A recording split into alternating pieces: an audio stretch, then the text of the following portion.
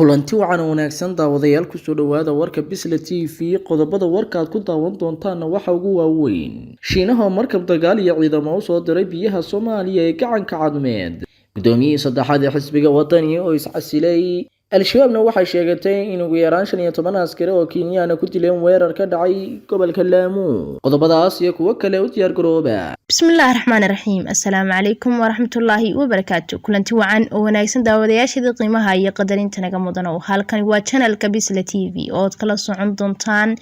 warar sugan warbixino xasaasi ah iyo barnaamijyo aad u xiiso badan kuwaas oo ay ka mid yihiin barnaamijka dhalinyarada haweenka iyo arrimaha bulshada daawadayaal aad baad u mahadsantiin asxaabteena ku xiran channelka sidoo kale waxaanu ka codsanaa asxaabta nagu xunay inay channelka noo saaraan like-ta share-ta iyo subscribe-ta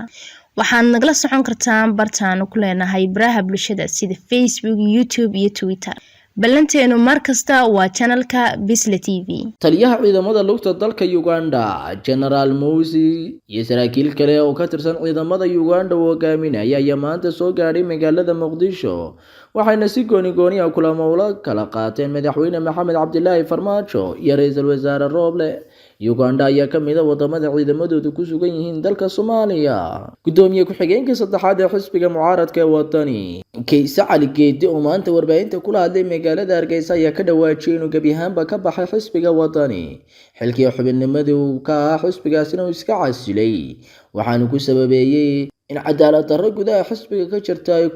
ku sababtay inuu gabi ahaanba ka faaruqo xisbigaasi Kaysa ayaa qayb ka noqonay mas'uuliyiin kala duwan oo maalmihii u dambeeyay iska casilayay xisbiga mucaaradka ee wadani ee Somaliland oo kan mucaaradada ugu weyn iyo tartanka ugu weyn la galaya xisbiga kulmiye dagaal u dhaxeeya ciidamada booliska ee maleeshiyada hubeysan ayaa ka dhacay magaalada Xudun ee gobolka Sool dagaalkan ayaa sababay dhimashada taliyihii degmadaasi Xudun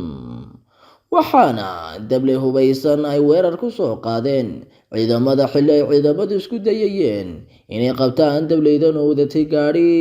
sida khamri qarax miinada dhulka lagu aaso ayaa haleelay kolonyo ka tirsan ciidamada Kenya oo maraya inta u dhaxaysa Kiyunga iyo Shangani oo ka tirsan gobolka Lamu ciidamada Kenya ayaa Al-Shabaab kala kulman weeraro iyo qaraxyo toos ah inta ay ku safrayaan gobolka Waqooyi Bari waxaana mararka qaar ay la kulmaan khasaarooyin culus oo ka dhasha weerarada qaraxyada ee dhulka lagu aaso Al-Shabaab ayaa ka dagaalanta bartamaha iyo koonfurta wadanka Soomaaliya wasiirkii haweenka Itoobiya oo ahayd mas'uulkii dawladeed ee ugu horeeyay ee qaray kufsi dhacay intuu u socday dagaalkii Tigray ayaa maanta Isniina ku dhawaaqday inay iscasishay wasiirka haweenka Itoobiya ma aysan sheegin sababta ay isku casishay balse waxay hadalkeeda sii raacisay inay ka qoomameynayso inaanay si dhaqso leh u gudbin iscasilaadeeda bishii February Filsan waxay sheegtay in kufsi aan shaki ku jirin uu dhacay intuu socday dagaalka hadda 10 bilood ka socda gobolka Waqooyi ee Tigray oo u dhaxeeya ciidamada dawladda iyo TPLF bishii la soo dhaafay waxay u sheegtay wakaaladda wararka AFP warbixin ay soo saareen guddi hawleed loo xil saaray kufsiyada dhaca in loo diray xeer ilaaliyaha guud si loo ogaado baaxadda dambiyada iyo cidda mas'uulka ka ahayd waxay sheegtay inay rumaysan tahay in saraakiisha fulinta sharciga ay sameynayaan intii karaankooda laakiin ay rajeynayso in shaqadu ay si dhaqso leh u socon doonto iscasilaadeeda ayaa ku soo beegmaysa hal toddobaad ka hor markii ra'iisul wasaare Abiy Ahmed xisbigiisa barwaaqo uu si weyn ugu guuleystay doorashooyinkii qaran ee horaantii sanadkan Abiy ayaa lagu wadaa inuu magacaabo xukuumad cusub hay'adda Amnesty International ayaa bishii hore sheegtay in ciidamada Itoobiya iyo kuwa Eritrea isbahaysiga ah ay kufsi u geysteen boqolaal haween iyo gabdho oo ku nool gobolka Tigray kuwaas oo qaarkood loo geystay adoonsi galmo iyo naafaynba iskugu jira markabkii 39aad ee ciidanka badda Shiinaha ayaa ka ambabaxay magaalada Qondoyn oo ku taala gobolka Shandong ee bariga wadanka Shiinaha si uu fuliyo howlgal laga fulinayo gacanka cadmeed iyo biyaha Soomaaliya markabkan ayaa waxa saaran hubka wax burburiya laba helikobtar waxaana la socda daraasiin ka tirsan ciidamada sida gaarka ah u tababaran ee fuliya howlgallada khaaska ujeedada markabkan loogu diray biyaha Soomaaliya ayaa la dagaalanka argagixisada iyo la dagaalanka burcadbadeeda iyo sidoo kale kormeerka badda ciidanka badda Shiinaha ayaa ka bilaabay howlgallo gacanka cadmeed iyo biyaha ka baxsan Soomaaliya December sanadii 2008 kooxda Al-Shabaab ayaa soo bandhigtay wareysi uu bixiyay ninkii isku qarxiyay kantaroolka laga galo madaxtooyada Soomaaliya isku iska ceelgaabta ee magaalada Muqdisho kaasi oo kaga hadlay qorshe uu naftiisa ku dilay. Waraysiga uu bixiyay naftiyaaligahan ayaa ku sheegay in lagu magacaabo Maxamed Amiin Xaaji xubbi loona garan ogaa Carafaad. Ninkan ayaa sheegay inuu ka soo jeedo magaalada Muqdisho ee caasimadda Soomaaliya isla markaana uu ka dhashay beesha Shabeelle gaar ahaan reer Geedow. Ninkan oo ahaa 20 jir ayaa markii hore ka tirsanaa qaybta jabhadaha Al-Shabaab ee ka dagaalama gobolka Shabeellada Hoose ka hor inta uusan ku biirin qaybta isqarxinta sida uu ku sheegay waraysiga uu bixiyay. Kooxda Al-Shabaab ayaa hore u sheegtay mas'uuliyadda weerarka waxayna sheegtay inay la beegsatay kolonyo ay la socdeen saraakiil ka tirsan dowladda iyadoo sheegtay inay ku dishay 16 qof oo ka tirsan dowladda. Afhayeenka booliska Soomaaliya ayaa isna dhankiisa sheegay in ugu yaraan 8 qof ay ku dhinteen ku dhawaad 9 kalena ku dhaawacmeen qarax midaaminta ah ee 25 bishan ka dhacay nawaaxiga madaxtooyada. Weerarkan ayaa wuxuu ku soo beegmayaa xilli maalmihin la soo dhaafay ay jireen digniino ku saabsan weeraro ka dhici kara magaalada madaxda kuwaasoo loo diray shaqaalaha hay'adda caalamiga. Qaraxyada loo adeegsado gawaadhida waxyaabaha qarxa lagu soo buuxiyo ayaa muddooyinkii u dambeeyay yaraaday hase ahaatee waxaa kordhay qaraxa qofka jaakadaha qarxa soo xidha ee goobaha dadka fadhiistaan isku qarxiya. Qaraxyadan ayaa sidoo kale ku soo aaday iyadoo uu jiro khilaaf xooggan oo u dhexeeya xafiiska wasiirka koowaad ee xukuumadda iyo madaxweynaha Soomaaliya Mudane Maxamed Farmaajo. Madaxweynaha maamulka Galmudug Axmed Cabdi Kaariye Qorqoor ayaa xalay kulan la yeeshay la taliyaha amniga qaranka Soomaaliya Faadi Xasan Xaaji Daahir sida ay la wareediyo lagu kalsoon yahay ee warbaahinta u sheegeen. Kulanka oo ka dhacay hoyga uu Qorqoor ka degan yahay nawaaxiga garoonka diyaaradaha Aadan Cadde ayaa waxaa sidoo kale goobjoog ka ah wasiiru dowlaha gaadiidka Cabdiraxmaan Dheere iyo wasiirka boostada Galmudug Aadan Qoryooley oo lagu tilmaamo shakhsiyaadka aadka ugu dhow ee kulamada gorgortanka siyaasadeed u dirsado Fahad.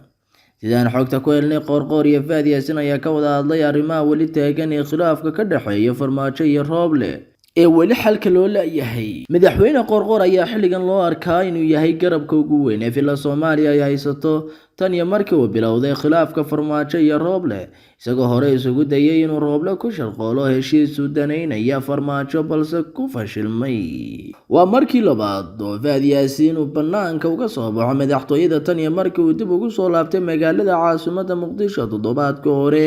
waxaana weli amnigiisa sugaya ciidanka Waran Niisa taasoo ka dhigan inuu weli saameyn ku leeyahay arrimaha nabad sugidda oo aanu faraha kala bixin. Wararka ayaa sheegaya in fila Soomaaliya ay weli aad u daneynayso inay heshiis la gaadho Rooble oo hadda gacanta ku dhigay maamulka dhaqaalaha iyo warbaahinta dowladda balse doonayso heshiis u daneynaya Farmaajo kaas marsiin la yahay Rooble. Faadi Xasan Xaaji Daahir ayaa shalay si rasmi ah ula wareegay xilka la taliyaha amniga qaranka ee dhawaan loo magacaabay sida lagu sheegay qoraal ka soo baxay madaxtooyada. Siyaasiyiinta kale Xuseen Carab Ciise, Foosiye Yuusuf Xaaji Aadan iyo Ridwaan Xirsi Maxamed oo ka soo wada jeeda gobolada waqooyi ee Somaliland ayaa wada jir soo saaray war-saxaafadeed ay uga soo horjeedeen hanaanka ay Cabdi Xaashi iyo Mahdi Guuleed u maamulayaan doorashada kuraasta xubnaha aqalka sare ee reer waqooyiga. Saddexdan siyaasi oo ra'iisul wasaare ku-xigeenka ka soo wada noqday dowladihii dalka soo maray ayaa qoraal ay soo saareen ku yiri iyadoo aan aad u soo dhaweynay heshiiska labada daraf ee siyaasiyiinta ka soo jeeda Somaliland oo aan qayb ka ahayn. waxaa la rajaynayaa inay qabsoonto doorasho xor iyo xalaal ah oo ku dhisan tartan loo siman yahay kuna dhacda si cadaalad ah. Siyaasiyiintan oo nuxurka qoraalkooda ku soo koobay 5 qodob ayaa sheegay inay filayeen in doorashadaasi ay noqon doonto mid hufan oo tusaale u noqota doorashooyinka kale ee dalka, balse Cabdi Xaashi Cabdullaahi iyo Mahdi Maxamed Guuleed markii ay la wareegeen doorashada xubnaha aqalka sare ay u soo baxeen qodobada kale ah. 1. waxay si cadaalad darro ah oo baalmarsan sharciga iyo daahfurnaanta tartanka doorashada u soo qoreen liiska musharaxiinta aqalka sare iyagoo ah musharaxiin la tartamaysa dadka ay qorayaan. 2. Mudane Cabdi Xaashi Cabdullaahi wuxuu isagu xayndaabtay kursiga koobaad keligiis si aan cidna ugula tartamin isagoo jabiyay habraaci iyo shuruucdii doorashooyinka ee lagu wada heshiiyey. 3. Gudoomiye Cabdi Xaashi iyo Mahdi Guuleed waxay kuraasta inteedii kale u xireen dad gaar ah iyagu si gef ah oo bareer ah liiska uga reebtay tartamayaal badan oo ay ku mid yihiin kuwa hadda kuraastaasi ku fadhiya xaqna u lahaa inay ku tartamaan, taasoo baalmarsan hadalkii Mudane Cabdi Xaashi Cabdullaahi ka jeediyey kulankiisa cafinta uu ku sheegay in xildhibaanada kuraasta ku fadhiya lagula tartami doono si siman oo cadaalada. 4 iyagoo sheeganaya magaca guddoonka sare ee doorashooyinka Somaliland waxay soo saareen habraac ay ku sheegeen in lagula maamulayo doorashada aqalka sare ee Somaliland iyadoo aanay xaq u lahayn inay soo saaraan habraac doorasho. arrintaasi waxay khilaafsan tahay heshiisyadii 27 Sebteembar 2020, 1 Oktoobar 2020 iyo 27 May 2021 ee ka soo baxay golaha wadatashiga qaran. magaca ay iskoodu la baxeen meelna kagama jiro shuruucda iyo habraacyada doorashooyinka ka soo baxaya. 5 waxay faragelin ku sameeyeen odayaasha dhaqanka saxiixayaasha qaarkood ay ka qaadeen xuquuqdii iyo mas'uuliyadii ay dadkii ka wakiilka ahaayeen u dhiibteen, taasoo aan hore loogu arag dhaqanka Soomaaliyeed iyagoo ka leh dana gaar ah. ugu dambeyntii Xuseen Carab Ciise, Foosiye Yuusuf Xaaji Aadan iyo Ridwaan Xirsi Maxamed qoraal ay soo saareen waxay baaq ugu direen Ra'iisul Wasaare Roble iyagoo ka dalbaday in la saxo qaladaadka ku jira doorashada lana waafajiyo shuruucda iyo habraacyada doorashooyinka dalka ee lagu heshiiyey. waxayna soo jeediyeen laga digtoonaado tan oo kale laga ilaaliyo doorashada golaha shacabka loona qabtay si cadaalad ah oo daahfuran. Allah u naxariistay waxa magaalada Muqdisho ee caasimadda Soomaaliya ku geeriyooday majaajileystay caanka ah Cabdi Muruudi Dheer Ajagis kaasoo maalmihii dambe ku xanuunsanayay gudaha caasimadda. geerida ku timid marxuumka ayaa waxa warbaahinta u xaqiijiyay qaar ka mid ah eeladiisa iyo baada TV-ga Universal oo la shaqeynayay. Cabdi Muruudi Dheer Ajagis ayaa 3 maalin la soo dhaafay ku jiray mid ka mid ah cusbitaalada ku yaala magaalada Muqdisho halkaas oo lagula tacaalayo xaaladiisa caafimaad kadib xanuun degdeg ah oo ku soo booday xilli uu ku sugnaa xaafadiisa. geeridiisa ayaa waxa ka taxsiiyay qaybaha kala duwan ee fanka Soomaaliyeed iyo sidoo kale wasiirka wasaaradda warfaafinta Cusmaan Abuukar Dube. wasiirka ayaa u taxsiiyay qoyska iyo ummadda Soomaaliyeed uu ka baxay marxuumka waxaana waa la uga bariyay in jannadii Firdawsa uu ka waraabiyo. Allah u naxariista marxuumka ayaa sidoo kale caan ku ah jilinka iyo madadaalada isagoo tabin jiray barnaamijyo toos ah isla markaana jeclaayeen dadka Soomaaliyeed. waatahay daawadayaal intaas waxaan ku soo afmeeraya warka Bisla TV. intaynu ku kulmayno warka xiga waxaad ka tegaynaa sidaas nabadgelyo kulanti dambe oo xiiso leh.